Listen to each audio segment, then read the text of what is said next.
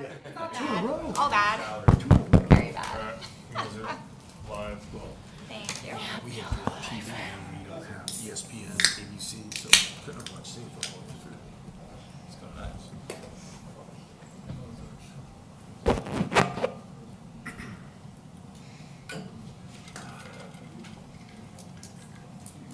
Little light up here.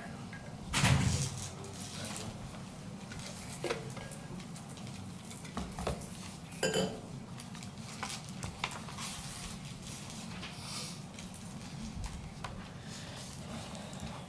know if you guys, Jeremy said probably just us tonight. Jeremy said it's probably just us tonight. Which is a quorum. Just the three of us. The 2 bags of candy that was in the drawer for the manager is gone.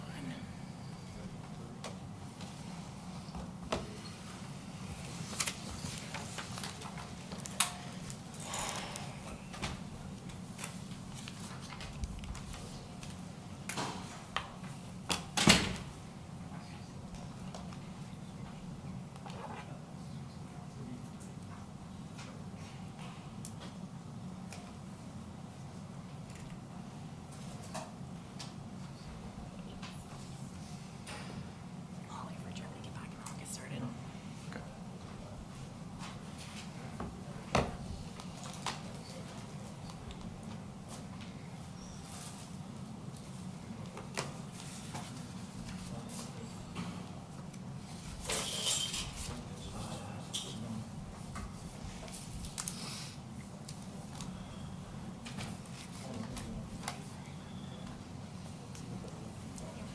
Good evening, everyone. It's 6:00 p.m. I'd like to call this meeting to order. It is September 3rd, 2024, and this is our workshop meeting. Lori, can I get roll call? Mayor Young, Here. Vice Mayor Sartori, Here. Councilmember Brandon, Councilmember Painter, Here. Councilmember French. Thank you, Lori. Our first agenda item tonight is to discuss the Tequesta Drive grade crossing quiet zone construction requirements. Doug? Excuse me. Good evening, Mayor, Village Council. I wanted to bring this back to you for a discussion on the options that we talked about for the implementation of the quiet zone. And tonight I also have Rory here with the Federal Rail Administration to answer any questions that you might have pertaining to the quiet zone and the scoring criteria and sort of where we're at this point. So we had 2 options because we didn't meet that criteria for the quiet zone, those parameters that the FRA puts in place. And the first option was adding 2 exit gates at the crossing. And after talking with the FRA and Palm Beach County Transportation Authority and the FEC, the village would have to work that out directly with the FEC because it is our road, it's a private road, and it's our crossing. So we wouldn't be able to obtain funding from the state, from the DOT. So we would have to make that request to the FEC and then talk to the FEC about the cost for that implementation of putting 2 exit arms. We know we're looking at somewhere between $500,000 and $600,000 to add crossing arms and signalization at that crossing. We would then be responsible for the construction from start to finish. In previous conversation, we also talked with the Palm Beach County Transportation Authority looking for some funding for that project. And they have reported back to us there currently isn't any funding for that project. And it could be year 25, 26, 27, they're really not sure. So funding isn't readily available for those exit gates. The other option we had, we have a commercial driveway on Tequesta Drive at 304 Tequesta Drive that is within 100 feet of the crossing and is too close to the crossing arm. So I reached out in several conversations with the property owner and explained the situation to him and what we were looking to do and possibly relocating the existing driveway. He was in favor. He understood the need for the community, and he was in favor of the village taking on that project, taking on the construction, taking on the cost, and also just coordinating any construction with his tenants. He made it clear that he's not participating as far as adding any cost on the project. If the village was willing to do this at their cost, and we managed the project, he was okay with that. In addition, if we modify the existing driveway, we also have to bring the current facility up to the current fire code. So I met out there with Wayne, the fire chief, and also Jay. And in order to meet the current fire code, we'd have to put a fire hydrant at the face of the building, the front of the building, in the right-of-way. And we would also have to extend the pavement on the east side of the property for fire access. The only other option to meet the fire code would be for the property owner to install a sprinkler system in his facility, and he has no desire to do that at this time. So if you look at the picture there, which is probably in your notes as well, that highlight, that pavement that's extended on the east side in the green, that's actually village property. So in moving the driveway, if you look at the on Tequesta Drive, the driveway right now sits in the corner. That's not shown on that drawing. So in the drawing, I'm actually showing where we would move the driveway to, the access point. We'd have to relocate some hedges, some landscaping, some irrigation. We'd also have to move around some parking spaces. And the property owner is also aware that he would lose around 2 parking spaces by changing his the current configuration. So he's okay with that. In talking with Rory, and Rory was kind enough to meet me out on site 2 times and go through all the criteria that we would need in reviewing this. This would get us to that point where we could qualify and apply for a quiet zone. There are associated costs with moving the driveway, and again, it's relocating the driveway and extending the pavement on the east side, the fire hydrant, surveying and engineering plans from one of our consultants, landscaping, a safety signage that I went over with Rory. There's a lot of signage that has to go out on Tequesta Drive, Old Dixie, on all 4 quadrants. As far as putting signage out on Old Dixie, that would also require permitting and an agreement with Palm Beach County, because that's Palm Beach County's right-of-way. I've already talked to Palm Beach County. They have, there's no hesitations if we move forward with the quiet zone that we could, obtain permitting and put some signage out on the required signage on Old Dixie as well. I do have some contingency cost in here as well. So we're looking at a total estimated cost of $90,525.60 for the relocation of the driveway and all the associated construction, and that also includes all the signage that we would need out in the public right-of-ways. And it's just also worth noting that this is not in the current budget, so if we were to bring this forward to a meeting for a vote, we would have to appropriate funds out of the general fund, out of the reserve for this project. But again, I have Rory here, and I'd like to bring him up if you have some questions about the quiet zone itself and the scoring criteria and why we're doing all this work. Thank you. Good evening, I'm Rory Newton. I'm a Railroad Safety Inspector at the Federal Railroad Administration. I'm with the Grade Crossing Trespasser Outreach Division, and my division's one of our primary responsibilities is assisting public authorities with establishment of quiet zones. So I'm happy to answer any questions, explain the quiet zone federal regulation, and kind of how Doug and I came to the conclusions we did, what your quiet zone may require to be established. Okay, thank you. Council, we'll open up for conversation. Right now, you guys can get started if you want. Thank you for being here, and Doug, thank you for your work, and just staff in general. I know it's been a lot of work, and it probably turned out to be more than we There's a lot thought. behind the scenes with the quiet zone. Yeah. It's surprising sometimes. Roy, you're confident that what we're proposing tonight and what we're going to discuss tonight will satisfy everything, right? Right. We thought we had it satisfied once before, if I remember, and we were missing. Maybe we didn't know.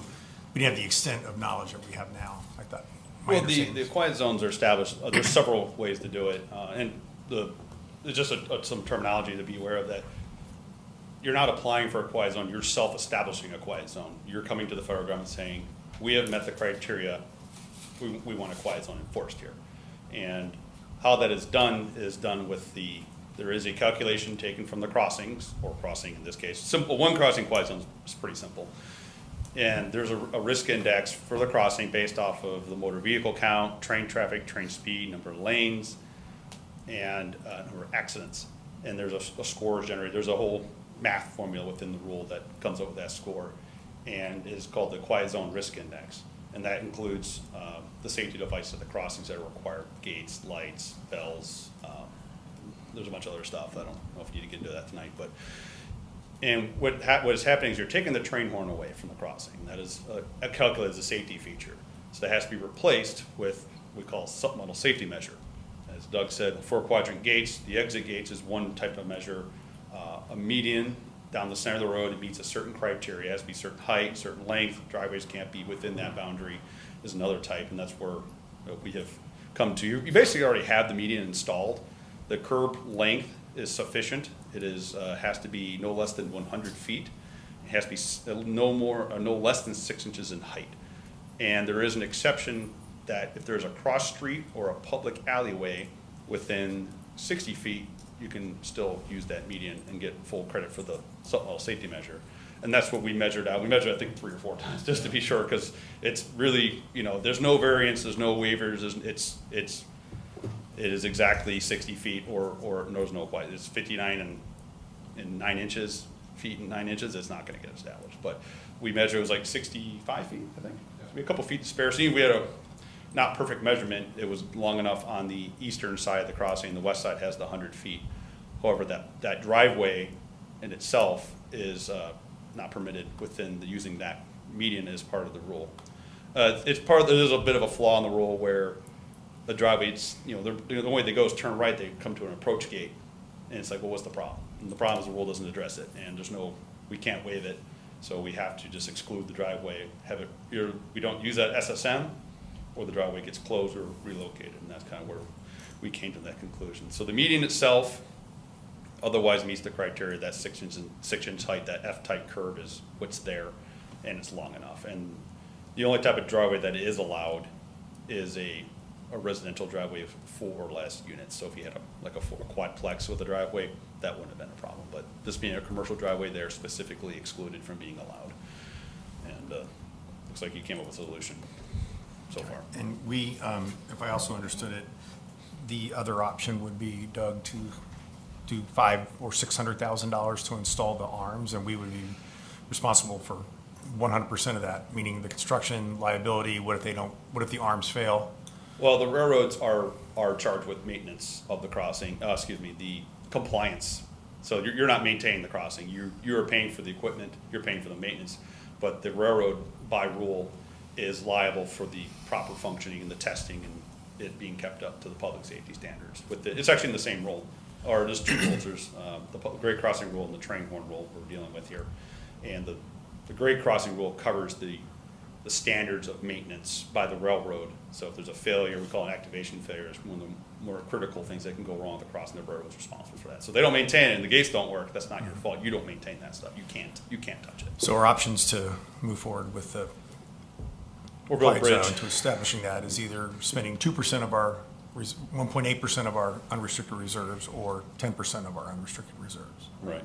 There are grants available, but generally they can't be for the establishment of a quiet zone if they are out there, but you kind of have to just talk out of the side of your mouth saying, oh, we're just trying to improve safety, but then you're going to establish a quiet zone right after it's going to be called into question. There is federal money given to the states. It's called Section 130 funding. It is administered through the Federal Highway Administration, and that's given to every state based off the number of grade crossings they have. In Florida in particular, the FDOT splits the money up by district based on how many crossings they have per district, and the district rail managers and their colleagues decide which crossings get upgraded.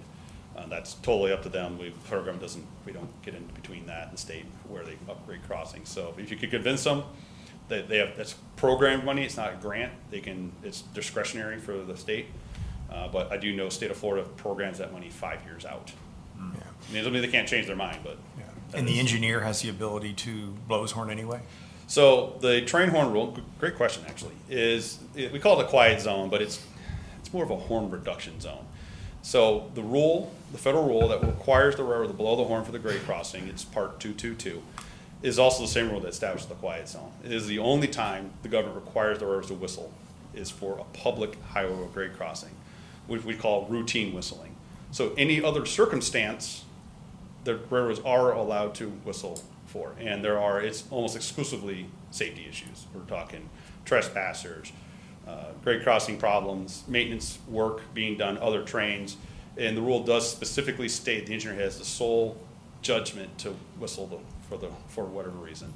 And FEC and Brightline have not had any compliance issues with quiet zones. They're not blowing the horn at the crossings because they feel like it.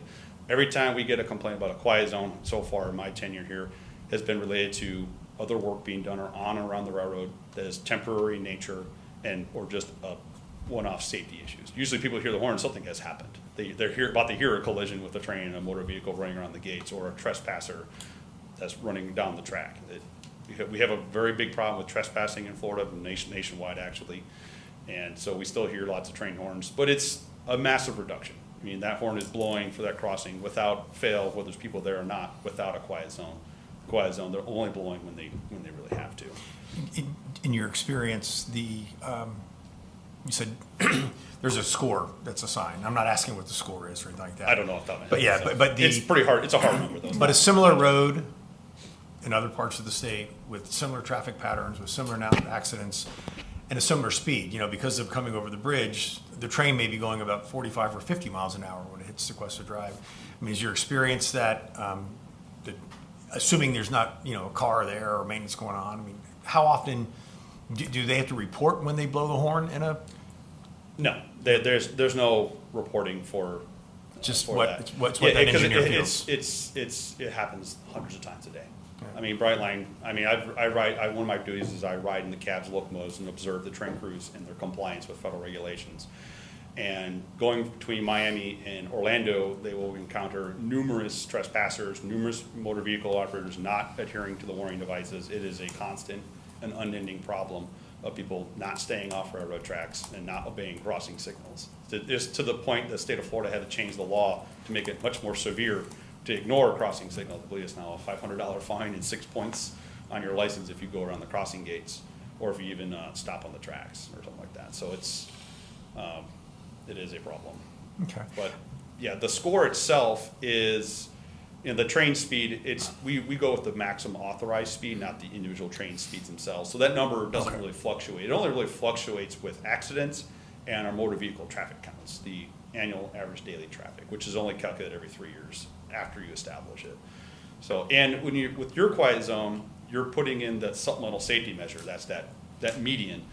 That median has a permanent risk reduction applied to the crossing. I believe I want to say the median is, I have to look up the book, it's like 80% or 78% reduction in risk. It's always applied. Doesn't matter if you have 100 accidents or 0, that risk reduction is always applied for the long as the quiet zone's in effect. With a one crossing quiet zone, the way the rule is written, you will never lose your quiet zone because of vehicle counts or traffic counts or accidents. It's just the way it's designed. And that's kind of the intention. You're replacing the train horn with another safety measure, so it's kind of a wash, in our opinion. And the safety measure is supposed to be a little bit better than the horn in terms of the amount of risk it takes away. All right, thank you. And just for my colleagues, when we first talked about this, I thought I seemed to be okay with it because of the dollar amount. Now it seems like it's $90,000. It's a significant amount of money to improve this gentleman's property and for the benefit of the residents that hear this all the time. So I'm struggling a little bit with the cost of this and us absorbing it all. So that's kind of where my internal heartburn is coming from. I have a question. I guess it's somewhat of your opinion, but based on, I assume you do this a lot. Do you see often, so we're going to have Tequesta Drive if we get the quiet zone there, which will be great for our residents, but then we have Riverside and County Line that are pretty close. In your opinion, are we really solving the issue, or are we still going to, they're going to be able to hear it. It's better over there and way over there than right here, but. That is a common challenge with quiet zones. Adding additional crossings is often a strategy some public authorities utilize when they don't have the resources to upgrade every crossing, because the score is an average of all the additional crossings. So it's not done by crossing, it's the whole zone is taken together and you get an average risk score. So you're gonna be strategically placing the supplemental safety measures at your highest risk crossings to get that number down, bring your average, your risk index with horns versus the quiet zone risk index, which is you're trying to beat with the horn score, you're trying to beat that with your quiet zone score. Once you're below the horn score, the quiet zone can be established, and that's that average I was talking about. So, and I have heard conversations about the additional crossing. It can be done. It can maybe, we have to run this calculator, see what the crossings are actually shaking out as without actual other improvements. If those crossings have improvements, let's just, for sake of argument, they have 4 quadrant gates. A lot of crossings do already have upgrades because our Brightline had to do it for certain speed requirements. They were going above 79 miles per hour. They had to upgrade the crossings or provide other protection, like a median or extra gates. You could use those SSMs already installed, most likely a 4 quadrant gate, on your average, and it may nullify. But Tequesta hypothetically, Drive, but we have to explore that. hypothetically, if they never, because they're different municipalities, so they may just say, we don't want to do it, but. If it is possible for multiple jurisdictions to work together. I just more mean what we're trying to solve here is the noise, obviously. Right. So Jupiter's applied for the quiet zone. Right, Jupiter is, Okay. they had a delay in theirs. They'll get their quiet zone eventually here. They just had to clean up a few compliance issues, but they had enough SSMs. They don't have SSMs at every crossing. They had, I think, was it 5 or 6 crossings off the top of my head, and I think 4 of them had extra gates already installed by Brightline. They're using them to their advantage. The other 2 are not being upgraded at all. Okay. So, but yeah, I know, I want to say Martin County had considered adding that crossing. They were considering a quiet zone too, but they're in the same boat. What are we going to do? How are you going to do it? Where's the money going to be if there is any money to spend? They want to spend no money too. So, but it is possible to have multiple jurisdictions work together. Broward County is one massive 70 or 68 crossing quiet zone, and it's all the communities have interlocal agreements with the main applicant, which is actually the city of Hollywood, as the lead applicant, and they all are in it together. So, but the challenge of that is it requires individual cities to be on compliance themselves. If one town says, "Oh, we're not going to maintain the signs anymore, we don't care," well, that could bust the whole quiet zone for everybody. It has to be reestablished without them, which is a whole mess. So, yeah, if you don't have those peripheral crossings, you're going to be hearing horns. Yeah. Okay. Quick question, and can you pull that map back up, or just scroll down a little bit? The buffer for fire access that we're putting in, so there's not gonna be access from Tequesta Drive, like they're gonna pull in the new drive and drive over there, correct? That's correct. And is that just because they need 20 feet From width in the backside- drive aisle? From the backside of the Okay. parking, yeah. But there's no improvements, like they can pull in off Tequesta Drive where the drive aisle is being relocated. I mean, I know you said you met with the fire chief and everything, so we're completely good there. They just need that 20 feet on the side of the building. Yep. Does the other side of the building have it? The other side of the building has an access point in the lower left quadrant. Oh, That's I That's see. an entrance Okay. exit there. And It's actually one way in and one way out, but that's an access point right there, access drive. Okay. And then the 100 foot, is that the minimum distance it has to be? Yes, it's So measured it just like we measure that from the give gate. yourself a buffer there? Yeah. We actually, like maybe that tell is the contractor 110 Here, feet, well, 'cause we, it's, absolutely I mean- do not play to the minimum. It's one of my no, cautionary because tales. the survey could be slightly off or something, it's staked Or your wrong. contractor I doesn't mean, listen to you. I had a community, they put in nice medians down the middle of their road. It was beautiful, perfect, 100 feet. It was offset by 5 feet from the measuring point, and they had a 95-foot median. Yeah, So. so I've just, definitely give yourself a buffer there if this was to move forward. So I think Vice Mayor brought this up, but, Murray, with your organization, and then also you brought up Palm Beach County, we have to get the okay to put some signs in there right away. I mean, do we have all of this stuff in writing so it's confirmed So if we do move forward and spend this money, we are going to be able to, I think, what did we're self-enforcing a quiet zone? You said we're not You're applying for it. self-establishing, so you're Self-establishing? responsible for the compliance. So if I come along to your quiet zone, do an audit, which you will be audited frequently, and your signs are missing because it's a county road and the county says, oh, you can't put signs up on our road, that's a problem for you. It's not a problem for me, it's your quiet zone. Right. So you So have to from- find interlocal agreements, and every community has this problem, this is not new. And the state of Florida has told us that they're neutral, and so if we want the quiet zone on a state road, they're not gonna interfere. And Palm Beach County, so far has not interrupted anybody else's quiet zone. If they wanted to put up signs on county roads, they let them do it. How that's done is between you and that agency. Like I said, I would get it in writing, so you Yeah, I can just keep wanna make maintaining sure those signs without their everything's permission. in writing. Yeah, it would be an interlocal agreement. Okay, And through permitting, we put the signs out there. yeah. But I've already spoke to the county and they're fine with that. But like Rory said, It's not a new- It's not a new process. It's not easy. And I agree, I just, like I said, before another dime spent, I would definitely want Right. all of that stuff guaranteed in writing, that if Yeah. we do this, we're good to go. In writing before, or bring that agreement back. If the council wishes to take this to a meeting for a vote, we'd have that documented as well. Yeah. And then I think some of these might be more for legal. It says there's an existing easement. It'd be nice to have a copy of that easement to look at. Do we have an existing easement agreement there? Or, the property owner would have the easement with us because we own that property, correct? So, the Pavement 10-foot wide extension is ours. section is part of a 50-foot wide strip of land that the village owns between Tequesta Drive and Pineview Drive, behind the property in question and the 5 lots to the south. We own that strip of land. In 2002, FEC conveyed it to Northern Palm Beach County Drainage District or Improvement District. And then in 2004, Northern basically gave it to the village. Interesting thing, one of the interesting things that caught my attention is when you look at the legal description for the 50-foot strip, it actually it has the meets and bounds description, but it also says that the property is meant to be for drainage easement purposes, which is interesting that they put that in the legal description, but they did, it's there. I don't know what much else you could do with that 50-foot wide strip. You can't develop it under our current land development regulations.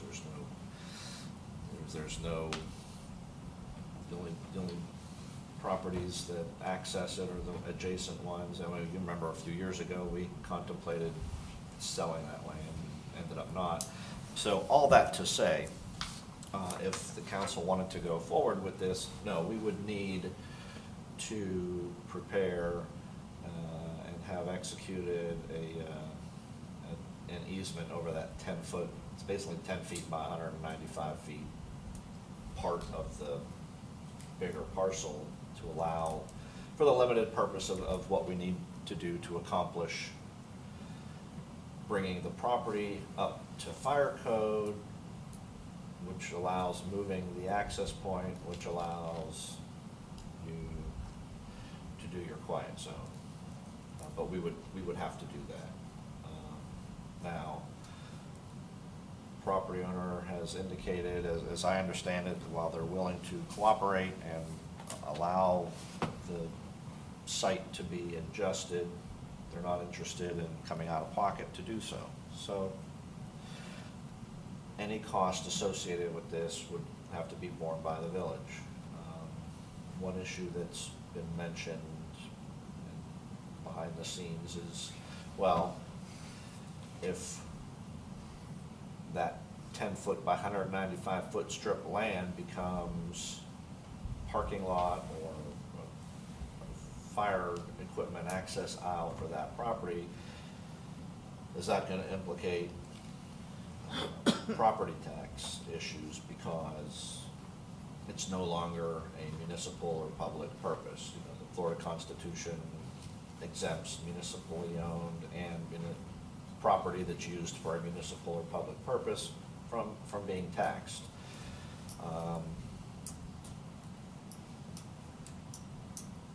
Maybe that would case, I could see an argument, you know, the law says that,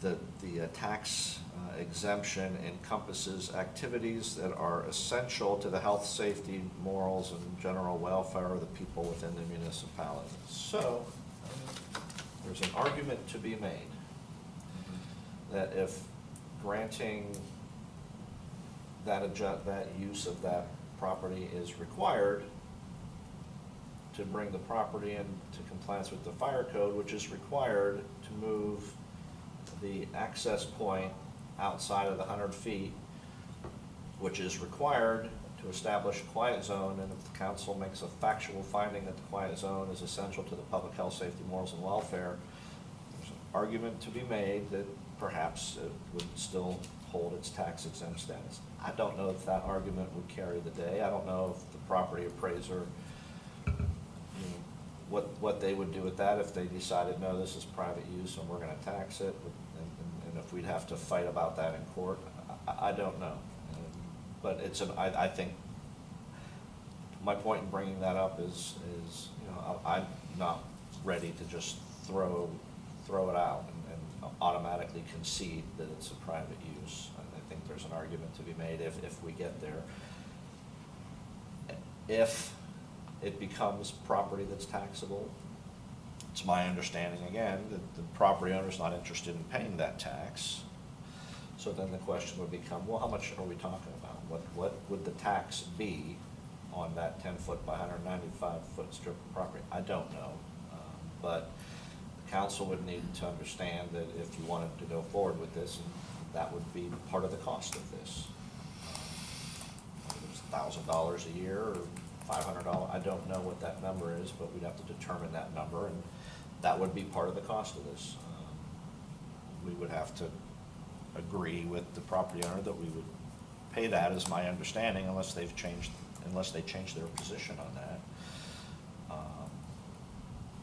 In terms of the easement itself, you know, I think we can, I'm comfortable that it can be written in such a way that it's for the limited purposes required for this to happen, that it would remain in effect so long as the quiet zone remains, so long as the law doesn't change to no longer require this series of facts, and so long as the property doesn't get redeveloped. You know, if someday they came in and bulldozed it and wanted to put something completely different, well, then it would go away and they'd be required to build the new development within the confines of the property, and that would go away as well. So all that can be done.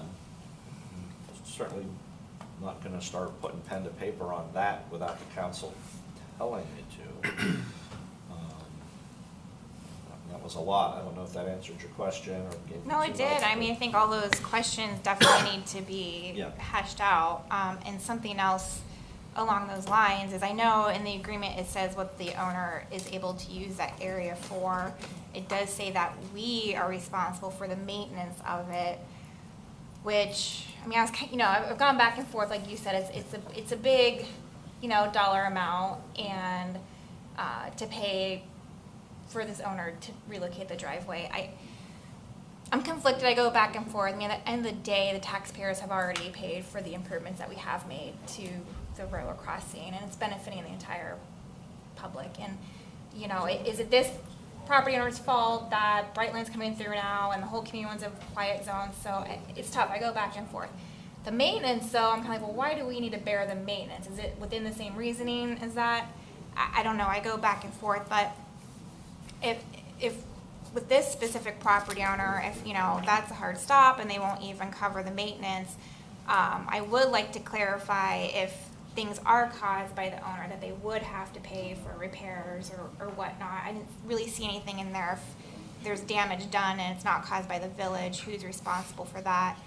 And then also, like, you kind of brought up if the property, if they do a redevelopment, but what if the property is just sold with a new owner? Would we then be able to charge the new owner or have them do maintenance? Like, there are things to be considered there if the property sells as is too. I think all those things should probably be defined and outlined in the agreement, in my opinion. Yeah, so if the property's sold, and the new owner was gonna maintain the status quo, I think that the grant of the use of the 10-foot strip of land would remain. It's not a redevelopment of the site. You know, in terms of maintenance and that, I'm kind of looking to Doug, because I mean, you had the conversations with the property owners. I don't know what they said in terms of, you know, because The property owner's I don't know. not gonna contribute any funds I'm not clear for on this how the project. village would maintain the 10-foot strip while they maintain the rest of it. That's. Well, it's our property. It's no different than any other road So that we that's why I would maintain. look to you It's on our that. property, right? It's our road. So we would maintain in the same fashion we do with any road. I would also suggest, whichever direction you decide to go in, that we still pursue the exit arms.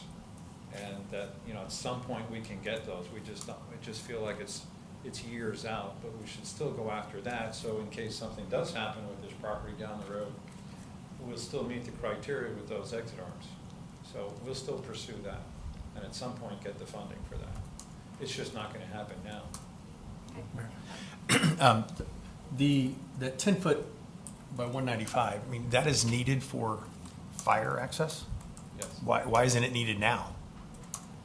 Because when they got the CO for that property, they met the current fire code. Oh, so it's, So if we make any modification to that property, you have to meet Okay. the current fire code. And that would either be fire access, the hydrant in the front, or the property owner installing a sprinkler system in the facility.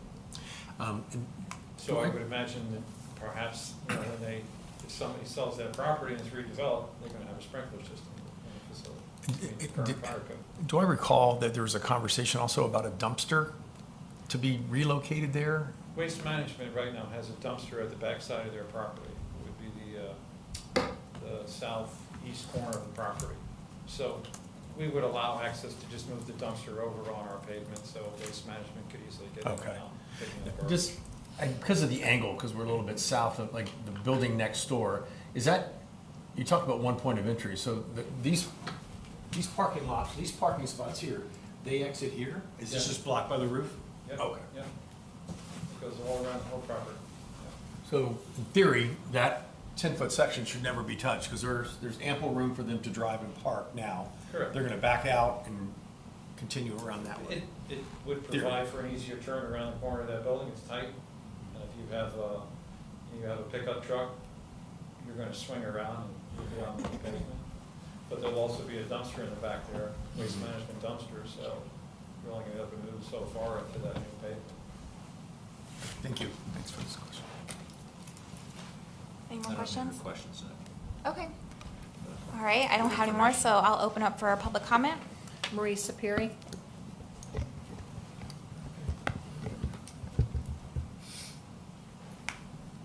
Marie Sapiri, I live in the Country Club. I think a much better alternative to the easement, which I object to on public property, is to put up the double arms. So I think that should be the direction that we're pushing towards. And I appreciate that it does mean a delay possibly, but maybe not. We haven't actually, it sounds like we haven't gotten all the information and applied for the program or through the state that was described earlier. I wish that had been included in the backup. Because I do think that the option that we're considering likely has even greater cost to village taxpayers. So it would have been nice to have that information. In any event, effectively giving away village-owned land through an easement here is not the right answer, especially this village land. This isn't just a driveway relocation. We are giving up property rights that are owned by village taxpayers. The Tequesta Drive, Cypress Drive Railroad location is strategically important for protecting critical village interests. If the village relinquishes any rights to control the land at all, even a portion of it, the interests that tried to sell it out from under the taxpayers before will likely try again. And if you go forward with this plan, the next time they'll also be able to argue that it's already carved up anyhow, so we might as well just let it go. This would be the first step for the village to lose effectively the whole acre of land that it owns in this strategic location. The result would most likely be a massive development on Cypress Drive right next to the railroad tracks, with the attendant loss of local businesses. It should be noted that such a development would be adverse to the interests of the residents in that area who seek the quiet zone, and contrary to the small village priority of all residents. Giving away publicly owned land is not a popular policy in this region because everyone is highly sensitive to the egregious overdevelopment. The state of Florida just tried it in Jonathan Dickinson Park, and you are all familiar with the results. Don't do the same thing here. We should wait until we have the money to buy the double arms. Thank you. Thank you. Thank you. Any other public comment? All right, council, we need to give staff some direction on this. So you said the grant for that could fund those arms, that's in the 5-year, can you explain that again? You touched on it. If we can apply for a grant with the TPA. Yeah. There are some other grants that come about as well, but we don't have a time frame on the grant. You know, the TPA grant is anywhere from 3 to 5 years, and it's not a guarantee.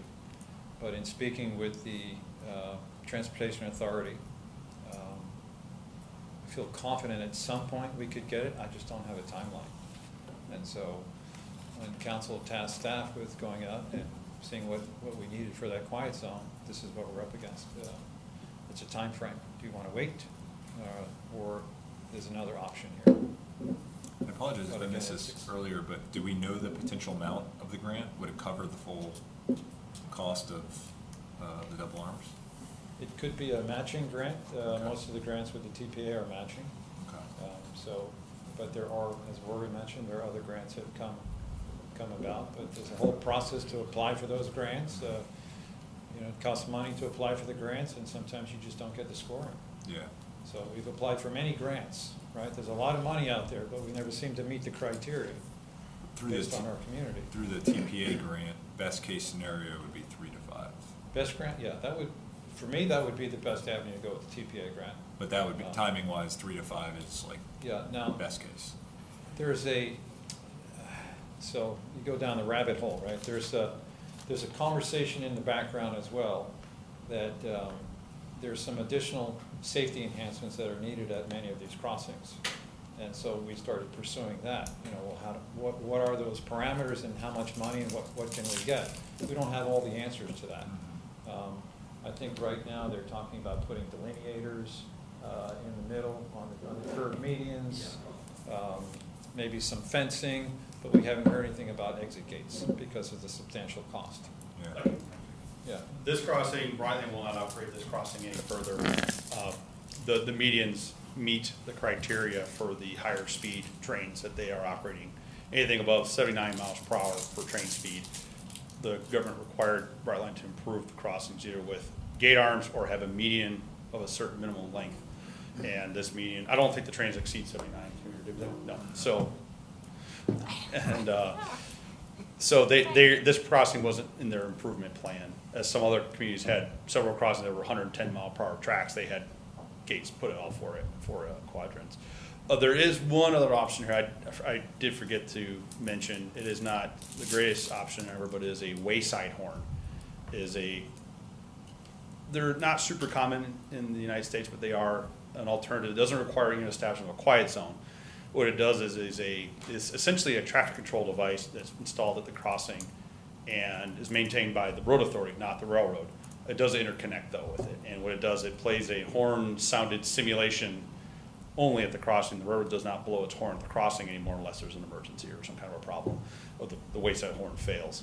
And what it does, it localizes the noise to the crossing instead of as the train travels blowing through the quarter-mile approach on either side. But it is, you still have it's almost the same decibel, it's a little bit less, and it's not a train horn, it's a attention-getting tone of sorts. It's a little more grating. Train horns are actually music notes, you know. So that is maybe an alternative. It would not require you to have moved driveways or mess around with any of that stuff. It is another kind of apparatus that some communities do use. Or each time a train passes, it blows. It will make it replaces the train horn. Yeah. So, but like I said, they're Stationary. all-weather speakers are mounted at the crossing. You'll be out there and this thing would be blasting you in the face, but you don't hear the noise downline. So it is a bit of a trade for the noise where the noise is. I mean, one thing I think would be helpful for us all to know, it was a good point that Keith brought up, was if there is some kind of property tax trigger, what the exposure is there potentially. I didn't really thought about that too much, but yeah, I don't know how hard that is to figure out, but that'd be good to know. Yeah, and I mean, the easement, we're not giving up our, like, we're not selling the property, we're not necessarily giving up our property. It's like on my property, FPL has the easement, right? But I own it, and, you know, I have the easement agreement with them to run their, you know, power through my yard. But, I mean, how, The easement gives the holder of the easement rights to use the property for the purposes that are articulated in the easement. So in this case, it would be for the limited purpose of, I don't know if it's for the drive aisle or a parking place or whatever it is. They would have limited permission during such time as it's required to use that. But no, we would still own the entire 50-foot wide, by however long it is, Yeah, strip of Keith, land. it would They only be they for would access, have it's not for an parking. overlapping right It's not to for parking. access that 10 feet of it for their purposes. We'd be giving, you certainly are giving a property right to them to use it. You're not giving away the fee, you still own the land, but you are giving away rights to use it. I don't know that this Keith, would is be it much able- different than the public accessing our roads? They drive on our roads? I mean, is it also the same comparison? We're allowing them to drive on a road that the village owns, that happens to be adjacent to their property. It's still, our property is still our road.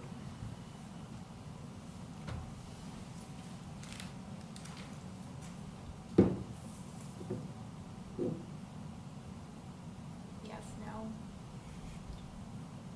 I asked you a question. Oh, I'm sorry, I didn't realize it was a question. So, Oh, well, you were really thinking about that one. Need help? you know, the roads are dedicated to the use of the public, whether it's on a plat or whenever the neighborhood is developed. Typically, the developer of whatever the project is, you'll have a plat, the roads will be platted, and it'll say this is dedicated to the perpetual use of the public. The government authority has the maintenance responsibilities, but if the road is ever abandoned, then it reverts back to the original property owner, or if they're not around, then you cut it in half and it goes to the adjacent properties, and that they would own it if it was ever abandoned. In this case, we own that 50-foot wide stretch of property. It's ours. We have a deed. You're simply saying on that 10-foot wide piece, you're allowing the adjacent property owner to have the right to use it for their parking purposes. And really, in it for their fire safety And it's for the purposes? and, you know, this, so, it's not like they came to us and asked, we need this. We went to them and we're like, we need this. Yeah, we're not striping it for additional parking. No, there's no It's, parking. yeah, no, so it's really, it goes back to what your original statement of, you know, health, safety, welfare, and moral agreement or moral I enjoyment. understand, we need it to do what needs to be done to implement the quiet zone. They don't need it, they don't want it, Yeah. they're agreeing to allow it to happen.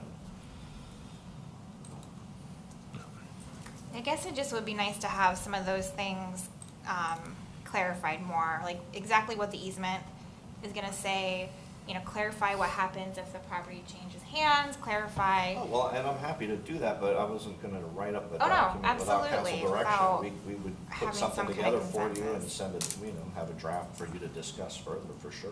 Yeah, like if the property's redeveloped, you know, are they required to remove that and restore to, you know, it's just grass now, basically, right? Or is there any, what's there now? Is it just There's, grass? There's some bushes Yeah, there? There's a corral fence and a hedge. Right, so like if the property's redeveloped, they're required to restore it back to that, you know, Yeah, no, Well, we'll take- I would write language into the document that says the easement will remain until such time as the quiet zone goes away. It's no longer needed to maintain the quiet zone to still be there because the law changed.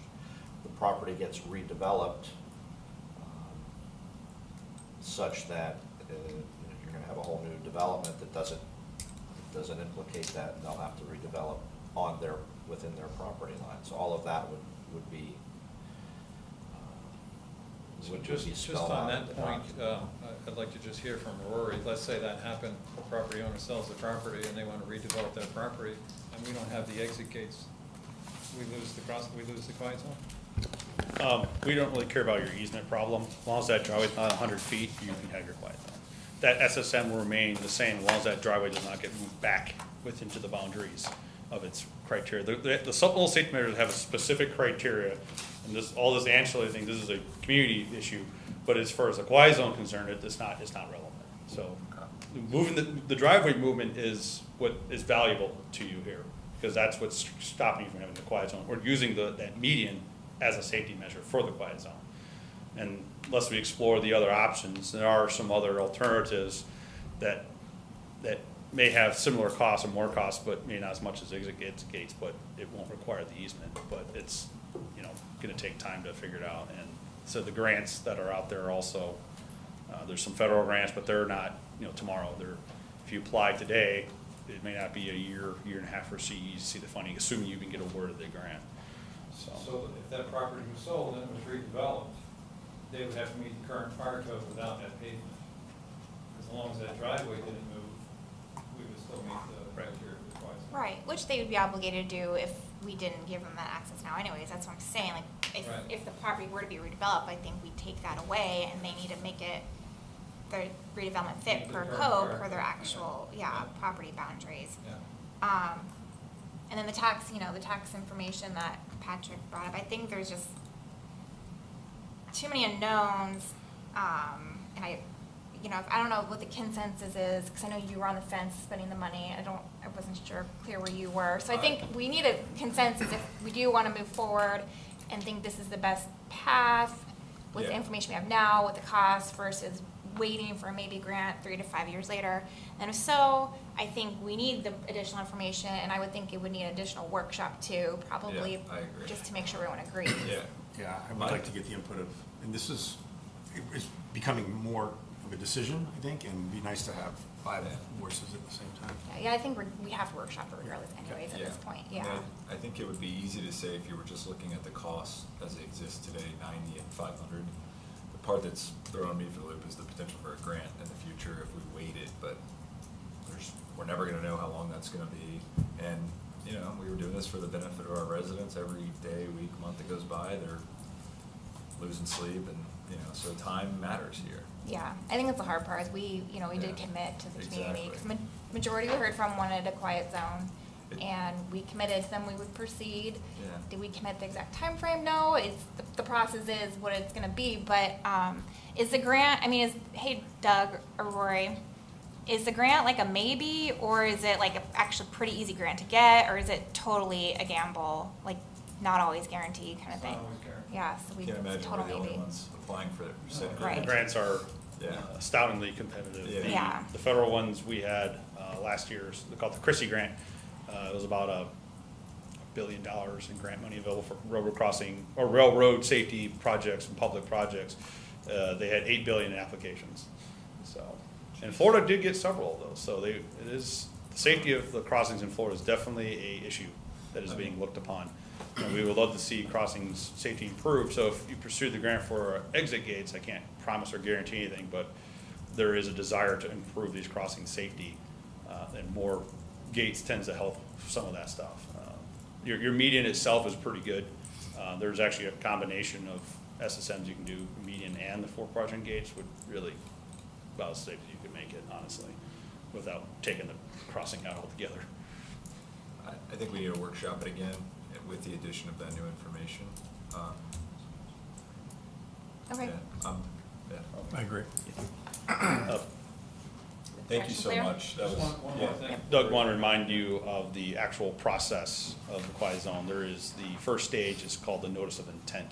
This is the first formal step a public authority takes, and there is a minimum 60-day window that when you send out your notice of intent, it's just the statement, we're going to establish a quiet zone, here's the crossing and the type of quiet zone.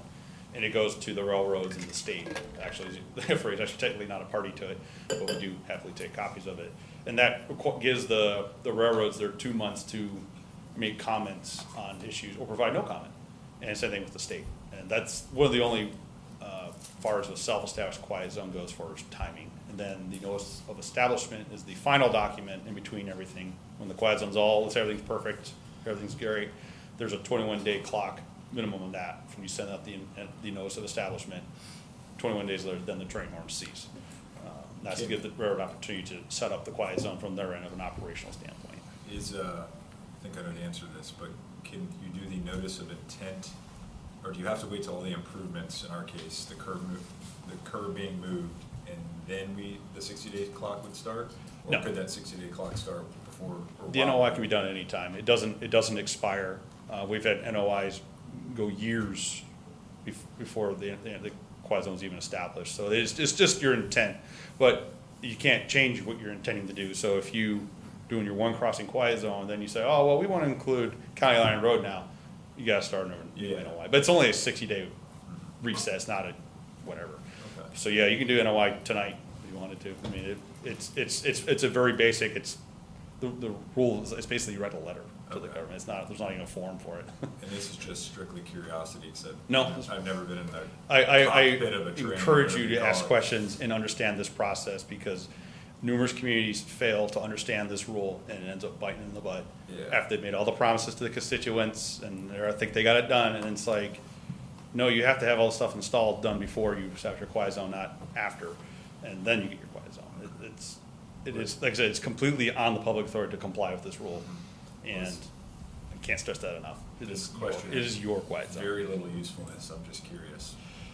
I'm more than happy to come back and answer more questions. No, it's just a quick one, but so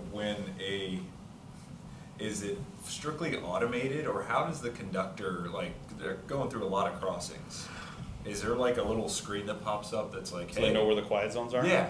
The railroad train crews, they have to be knowledgeable of the territories they operate on. These train crews are tested.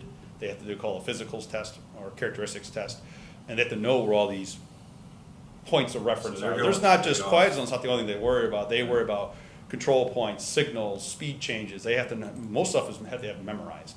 Wow. And they're tested on it. They have to be recertified on it. The railroad safety is very, very stringently regulated. And I know the Brightline train crews are required to pass their physical characteristics test with 100%, Wow. without any testing aids too, which is a very, very high benchmark. Most railroads at least give them the timetable to reference, because they have that book with them wherever they go anyway. So yeah, the quiet zones, the road, FEC frequently puts up signs all along the track right away. So they- It notifies them this is a quiet zone. They don't whistle for that crossing. Most of their ginger, it's habit to blow the horn. They just, Yeah, that's what I'm it's wondering. all day long. Just push that button. That's kind of what I was getting. But, and as we're seeing the pattern of the quiet zones going, Tequesta is one of the many communities looking at quiet zones on the Brightline corridor. There's at least 10 quiet zones in some form of process right now, all the way from West Palm Beach to Cocoa. So we're expecting to see almost the entire corridor become one continuous zone, but through many different establishments. But from West Palm Beach to Miami is quiet zone 100%. There's no gaps. Every community has established at some form or some point. Good to know. Okay, thank you. Very, very useful information. So are you clear on the direction? I want an educated estimate on what the ad valorem tax might be, if it is determined to be taxable, and you want to see a draft document that would convey the use, easement, whatever we're going to do. Yep. Okay. And the agreement with the county. And the what? The interlocal agreement with the county for the signage. Yeah, that too, to Do make you sure. have that? I'll get that. I don't have, it's just verbal. And then again, just clarify, like if the property's redeveloped, if it changes hands, if the owner damages something, that they're liable to repair it, not us. I think that was it. Yep. Okay. All right. All right, thank you, Doug and Thank Rory, you so much. appreciate it. Thank you very Thank much. you. Doug, thank you. Okay, moving on, agenda item 2, discussion on an amendment to an interlocal agreement for Tequesta Fire Rescue Services with Jupiter Inlet Colony. Jeremy?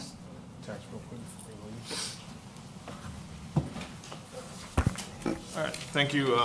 So this agreement, I think the Mayor Dan from JIC, a year or two ago, came to me, asked me to amend this agreement. As at the time, the CPI was low, and this was before COVID. Then COVID hit, and CPI, rose pretty significantly, so we did not have these conversations. But the previous two agreements were renewed every 10 years. And that was the intent of having that conversation at the time. Fast forward, as CPI has started to drop a little bit, Mr. Kevin Lucas, who was the, previous administrator, contacted me to renew and have a discussion about amending the agreement and I guess we'll say change the terms a little bit. So what you have in front of you is the current contract and the proposed contract that we had discussed, we as in me and Kevin at the time. I have subsequently presented this to the JIC Council. Heidi Siegel is their manager. I've proposed it to her as well. And so in front of you guys have the agreement. I've also provided some documentation on if they were with the county, what that cost would be, if they paid the same rate as our citizens, what that would be. That's in I think the first backup, I think the second page, and then I have both agreements in there as well. So this is just the one slider that I put together just to maybe highlight it. So year 1 through 5 in the current contract is $400,000. There's no increase. So the CPI is held. The year 6 through 10 is 4% increase, and then year 11 through 20, 6%. And where this comes in, where they agreed originally, was to raise it to 6% in the hopes of that they would have that discussion in year 11 to 20 about amending and renewing. It also allows for an 18-month notice to terminate clause from years 10 to 20 or 11 through 20. So similar terms that were proposed is year 1 through 5 would freeze at current rate, which is 546, with no increase in those first 5 years. Years 6 through 10, it would be a 3% increase, and 11 through 20, we'd be back to 6%. Hopefully having the discussion about amending and updating that agreement again. And at that point, they'd get the right to terminate again at that point. So with that, I'm open to suggestions, comments. I mean, their counsel was at that time very supportive. There was a couple questions, outstanding questions that we were able to provide the information to them. And so obviously, I think the process, if council, whatever you guys decide, get shipped back over to them, and then they would vote on it first, and then with their vote or any recommendations, it would come back to council for approval. Okay, thank you, council. I don't have any questions. I don't have any questions. I have one. Why the change from the 6 to 10 years from 4 to 3? That was just something we talked about with between Kevin and I with the current CPI, which was closer to this at 3%. Also to try to give them a little bit more, leverage with amending it was the case at the time. So there's no science to it. I mean, it's more of a, we were trying to, I was trying to play good in the negotiations to amend it. Okay. I will say we very much value our relationship with the colony. My only kind of reservation with that percentage drop is we know that our residence cost in the next 6 to 10 years is going to be a lot more than a 3% increase. And so, and the level of service is the same. So I just would maybe be in favor of keeping that at 4. I just wanted to throw that out there for thought. The level of service is the same? How about number of calls and say level of service? I know it's the same level of service. We're talking about our commitment, but what are the call volume versus what we're getting, what we do? We usually, I mean, even when we're in, discussions, you don't really ever go by level of calls for what you are paying. That's just generally. Is there any contracts that are by level of call? No, you typically, it's like insurance. You pay for insurance, increases go up. I haven't filed a claim on my insurance ever in the history, but my costs go up every time. And so, and so what I think the mayor, and I don't want to put words in your mouth, is that the level of service when they pick up the phone and they have an emergency, they're going to get the same people, same equipment, and same level of service that if you pick up the phone. And so I think, and I'm assuming that's where you were going with that, right? I understood that. I guess my question was just more out of curiosity than anything else. Like, are we doing 5 calls a month, 20 calls a month? No, it's like, I think we had a report at one point within the last 5 years. They had 1 year, they had like 30 calls over there, 20-something calls another year. I mean, so somewhere in between 10 and 30 calls a year. I mean, most of it's EMS, calls. I mean, I don't think we're not having fire calls over there, but you just got to be careful with that argument, because you're paying for what they may do, not what they do every day. And so, we have men and women that, there may be a day they don't get a single call, and the next day they got 10 calls. And so you're just paying them for what the service that they're being prepared, they're well, educated and well trained. And so, we don't want to go. I have never seen it done by, a call volume. Yeah, I was just more, I guess it was just more curious than anything else. That's it.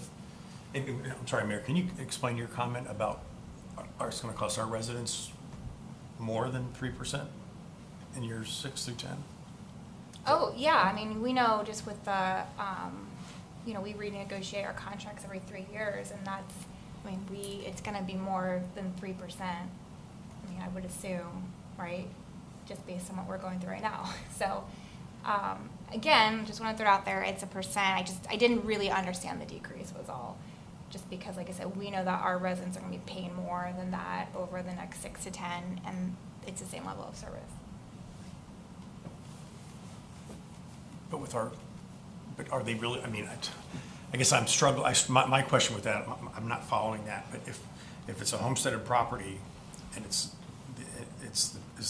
the increase in the property amount, isn't it capped at a certain Save Our Homes? This isn't tied to that, is it?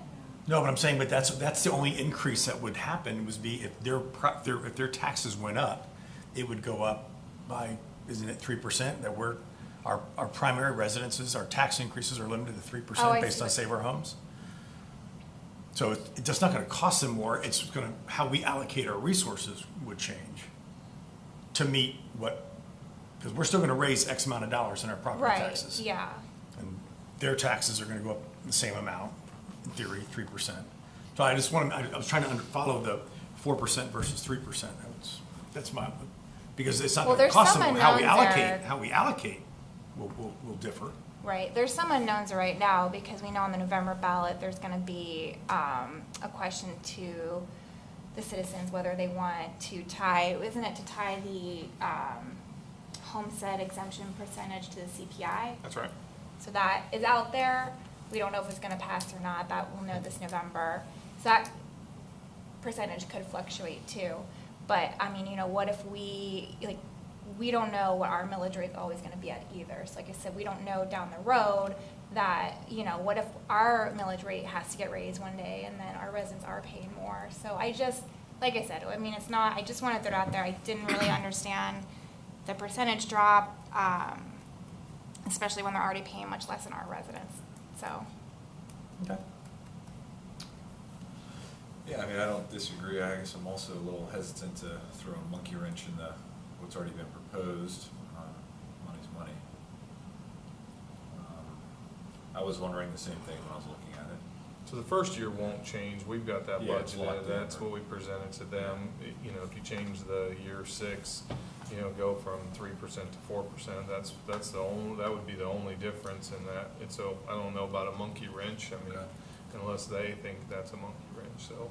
Well, if we feel it should, and it's not like we're pulling that number out of thin air, that was the last rate, Yeah. So if we feel that that'll get us anywhere closer to covering, assist covering our costs, then yeah, we should go to 4%. I agree. As far as covering our costs, absolutely. Okay, all right, any public comment? No? All right, so we'll just basically, keep the percentages the same for years 6 to 10, 11, and 20. but we're locking in 1 through 5 starting, so that would start in 2025, October 1, That's right. basically? Okay, at the 546,813 for 5 years. That's right. Okay, and then that will come to, does it go to Jupiter and the colony first and then back to us? Because we'll have to formally vote on it as well, right? That's what Mr. Davis suggested. Sorry, did you already say that? No, he hasn't said it okay. today. He told me that in another conversation, but Okay. yes, that's. So then it'll go to them first and then to us. Okay. Okay. Great. All right, moving on, the final agenda item, number 3, discussion on National League of Cities in collaboration with WM's Recycle Right pledge to take action in your city.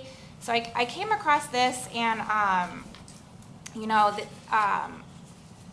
it caught my eye. I knew our Environmental Advisory Committee had previously kind of want to amp up our recycling efforts and education. And when I saw this, I thought that would be maybe a good way for us to help kind of the initiative that they wanted to get off the ground.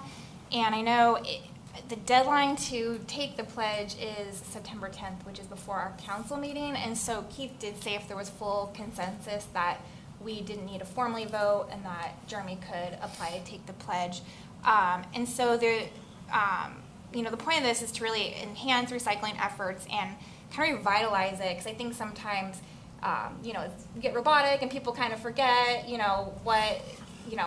this, it goes in this bin, this goes in that bin, and really what the impact overall is of recycling. So by taking the pledge, they're going to provide like monthly toolkits, messaging, that kind of stuff, so it makes it easier for staff. They're not, inventing everything themselves.